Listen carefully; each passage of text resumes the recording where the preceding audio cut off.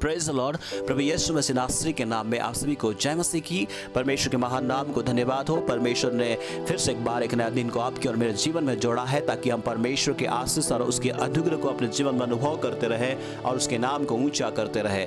आप सभी का रिवाइवल प्रेयर सेंटर चैनल में स्वागत है। डेली वर्ड आप तक पहुंचते रहेगी। परमेश्वर के वचन को आप सुनते रहे और आशीषित होते रहे। आज के मनन के लिए हम परमेश्वर के वचन से देखेंगे कुलुसी का पुस्तक, उसका 2 अध्याय 6 से लेकर 8वां वचन तक। इस जगह में इस प्रकार से लिखा हुआ है, सो जैसे तुमने मसीह यीशु को प्रभु करके ग्रहण कर लिया है, वैसे ही उसी में चलते रहो और उसी में जड़ पकड़ते और बढ़ते जाओ। और जैसे तुम सिखाए गए वैसे ही विश्वास में दृढ़ होते जाओ और अत्यंत धन्यवाद करते रहो। चौकस रहो कि कोई तुम्हें उस तत्व ज्ञान और व्यर्थ धोखे के द्वारा आहर न कर ले, जो मनुष्य की परंपराई मत और संसार की आदि शिक्षा के अनुसार है, पर मसीह के अनुसार नहीं है। Praise the Lord. परमेश्वर के नाम को धन्यवाद हो। हम इस वचन में हम 2 शिक्षा के बारे में देखते हैं, एक मसीह की शिक्षा के अनुसार और दूसरा शिक्षा जो परंपराई और मत और संसार के आदि शिक्षा और तत्व ज्ञान के द्वारा। आज इस संसार में 2 प्रकार की शिक्षाएं हो रही है, 2 प्रकार की गॉस्पेल को लोग बांट रहे हैं, जिसका बैलेंस नहीं है। और इस प्रकार की शिक्षाओं में आज लोग दोनों प्रकार की शिक्षाओं में अपना नींव रखे हुए हैं और दोनों प्रकार में वो सोच रहे हैं कि अपनी जड़ बढ़ रही है। हम देखते हैं 6वां वचन में कि प्रभु यीशु को ग्रहण कर लिया है, वैसे ही उसी में चलते रहो। प्रभु यीशु मसीह कौन है? आप जानते हैं वे परमेश्वर का पुत्र प्रभु यीशु मसीह जो है वो मानव जाति का उद्धार करता है, मुक्ति दाता है, शांति दाता है। उसको यदि आप और मैंने ग्रहण कर लिया है तो हम, आप और मैं उसके परमेश्वर के बेटा और बेटी कहलाने के लिए अधिकार प्राप्त करते हैं। यूहन्ना 1 अध्याय 12 वचन में लिखा हुआ है, परमेश्वर ने इसलिए अपने पुत्र प्रभु यीशु मसीह को दिया ताकि आप और मैं परमेश्वर के बेटा और बेटी कहलाए। जो कोई उस पर विश्वास करेगा वो नाश नहीं होगा परंतु अनंत जीवन पाएगा। अनंत जीवन का अधिकारी होने के लिए हमने यीशु मसीह को ग्रहण किया है। कोई संसार की वस्तुओं के लिए, संसार की चीजों के लिए, संसार की कोई ऐसे काम के लिए नहीं, हमने उद्धार पाने के लिए, अनंत जीवन को पाने के लिए और परमेश्वर का बेटा और बेटी बनने के लिए आपने यदि ग्रहण किया है तो आपने मसीह की शिक्षा को आपने ग्रहण किया है। प्रॉस्पेरिटी गॉस्पेल, इन दिनों में ऐसे सुसमाचार जहां पर बढ़ावा दिया जाता है, सिर्फ धन संपत्ति, आपके जीवन में नेम फेम ये सब होने के लिए, ऐसे शिक्षाओं पर यदि आपका नींव है तो आप आज भी उस गलत शिक्षाओं पर आपका नींव है। परमेश्वर का वचन में लिखा है, प्रभु को, यीशु को अगर प्रभु करके ग्रहण कर लिया, मुंह से अंगीकार कर लिया, मन से विश्वास कर लिया तो आपका उद्धार होगा। वो यीशु मसीह जो आपके लिए और मेरे लिए मारा गया, गाड़ा गया और तीसरे दिन जी उठा, वो जी उठने की सामर्थ आपके और मेरे जीवन में काम करेगा यदि आप विश्वास करते इस बात को। इसलिए परमेश्वर के वचन में लिखा है कि आप उसी में चलते रहो, उसकी सामर्थ में चलते रहो, उसके वचन में चलते रहो। आप कौन सी सामर्थ में चल रहे हैं? क्या कोई ऐसे शिक्षक के सामर्थ में, क्या कोई ऐसे व्यक्ति के सामर्थ में जिसकी सामर्थ आप देख के आज बोल रहे होंगे? कई बार आज देखते हैं ऐसे शिक्षाओं को लोग फैला रहे हैं और लोग उस शिक्षक को परमेश्वर से ज्यादा महत्व दे रहे हैं, परमेश्वर से ज्यादा उस शिक्षाओं को महत्व दे रहे हैं और उनको यीशु मसीह से ज्यादा आदर दे रहे हैं। मैं आपको बता दूं, यीशु मसीह पहला स्थान है, उसके बाद सब लोग हो सकते हैं। यीशु मसीह ही पहला स्थान है, उसके अलावा और कोई भी नहीं है। इसलिए मसीह की शिक्षा के अनुसार हम उसमें चले और अपने जीवन को मसीह की शिक्षा के अनुसार ट्यून करें। इसलिए परमेश्वर का वचन कहता है कि उसी में जड़ पकड़ते रहो और बढ़ते जाओ। बढ़ते जाने के लिए आप यदि मसीह में नहीं बढ़ रहे हैं, आपकी आत्मिक उन्नति नहीं हो रहा है, आपकी घर बार गाड़ी बंगला सब कुछ हो रहा है पर आत्मिक उन्नति नहीं हो रहा है, तो आज भी आपकी शिक्षा, आपकी जो नींव है मसीह की शिक्षा में नहीं है। मैं नहीं कहता हूं कि ये सारे चीज हमें जरूरत नहीं है, घर और खाने पीने के लिए हमें जो जरूरत नहीं है, हमें परमेश्वर हमें आशीषित करता है। पीने का मतलब ये बात मैं नहीं कह रहा हूँ जो संसार में पी कर लोग मतवाला होते हैं। शराब पीने के लिए बाइबल कभी सपोर्ट नहीं करता है। ऐसे गलत चीज़ों को पीने के लिए बाइबल कभी सपोर्ट नहीं करता है। गलत बातों को कभी बाइबल सपोर्ट नहीं करता है। ऐसे शिक्षाएं भी आज जा रहा है कि कुछ चीज़ पीने से शरीर में लगता है, आत्मा में नहीं लगता है करके ऐसे शिक्षाओं भी है। तो ये सारे शिक्षाएं जो है गलत शिक्षाएं हैं, संसार की शिक्षाएं हैं। पर आप मसीह की शिक्षा को आप पकड़े रहें और उसमें बढ़ते जाए और विश्वास होते जाए। जो बाइबल सपोर्ट नहीं करता इन सारे चीज़ों को आप छोड़ दें।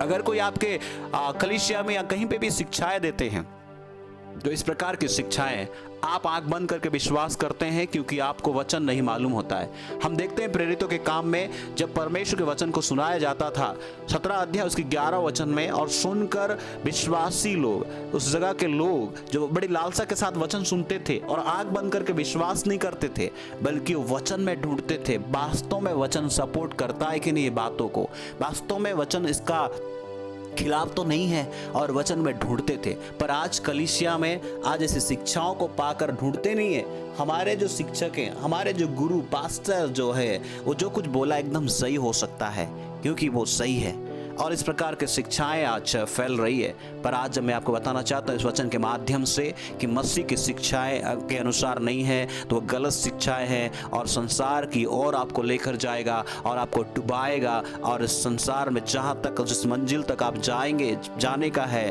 उस यात्रा खत्म होने के बाद स्वर्ग में, परमेश्वर के राज्य में आप जा नहीं पाएंगे। इसलिए इस परमेश्वर के वचन में लिखा है, चौकस रहो कि कोई तुम्हें उस तत्व ज्ञान और व्यर्थ धोखे का आहेर ना कर ले, शिकार ना बना ले।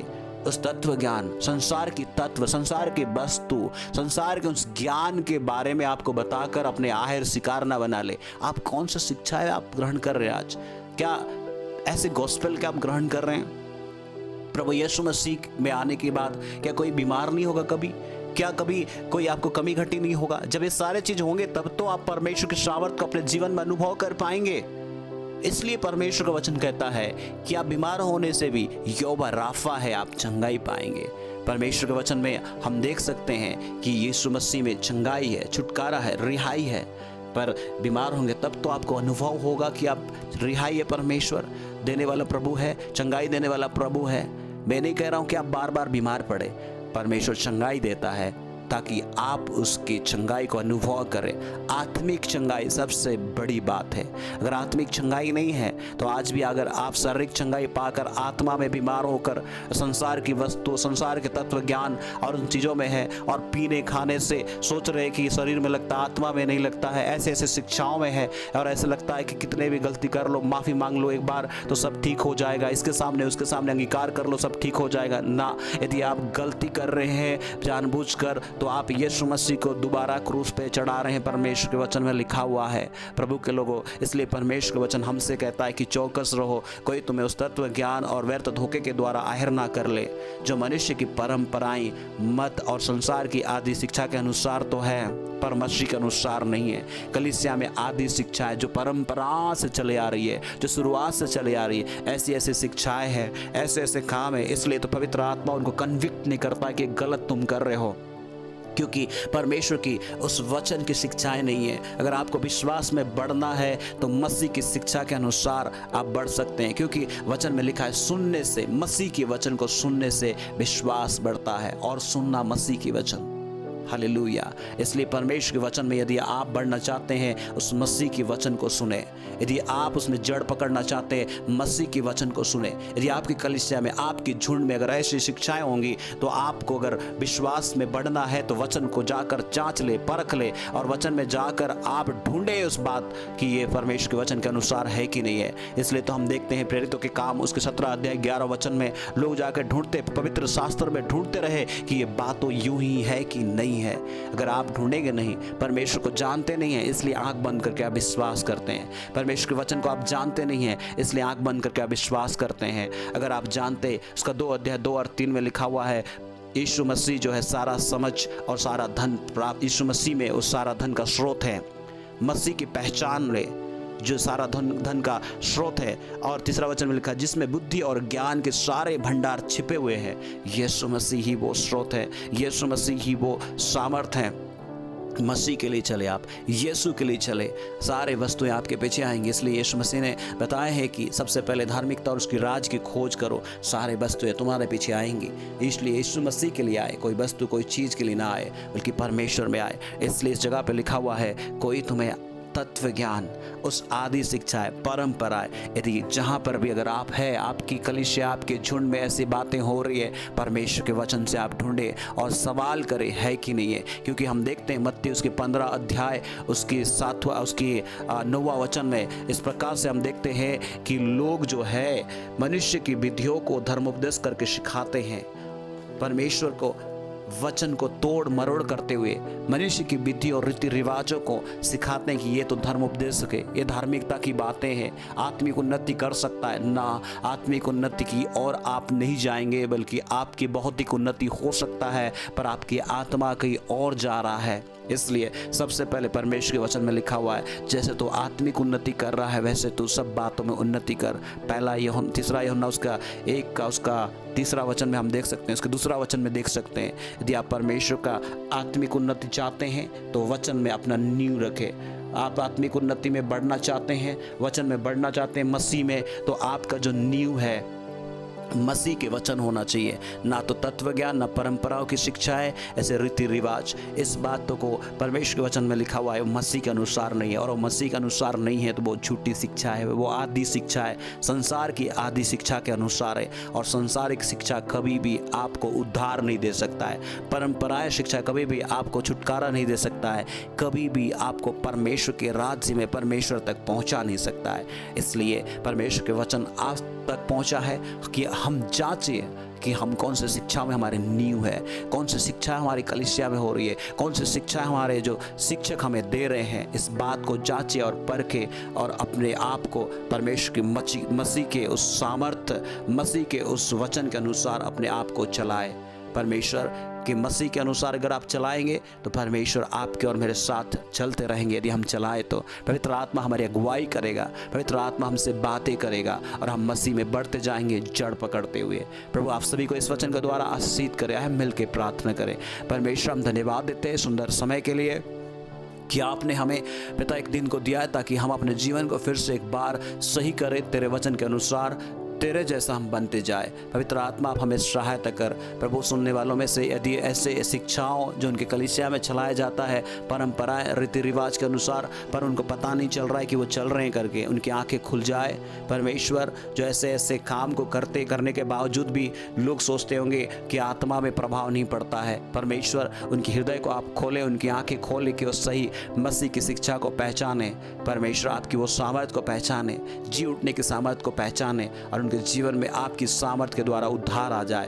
प्रभु सुनने वालों में से यदि कोई बीमार है, परेशान है, तकलीफ में, तो यीशु मसीह के नाम में वचन को हम भेजते हैं और वो चंगाई और छुटकारा पाने पाए इसी समय पे। प्रभु आपके नाम की महिमा उनके जीवन से होने दे। धन्यवाद परमेश्वर हमारी प्रार्थना सुनने के लिए। यीशु मसीह नासरी के नाम में इस समय इस प्रार्थना को मांगते हैं, आमीन। आप सभी को बहुत बहुत धन्यवाद सुनने के लिए। यदि आपने पहली बार सुना है, अभी तक सब्सक्राइब नहीं किया है, तो जरूर सब्सक्राइब करें। परमेश्वर की वचन आप तक पहुंचते रहेगी। यदि आप और भी वचन को सुनना चाहते हैं, इस चैनल में आप विजिट करें और दूसरे तक भी शेयर करें। God bless you. जय मसीह की।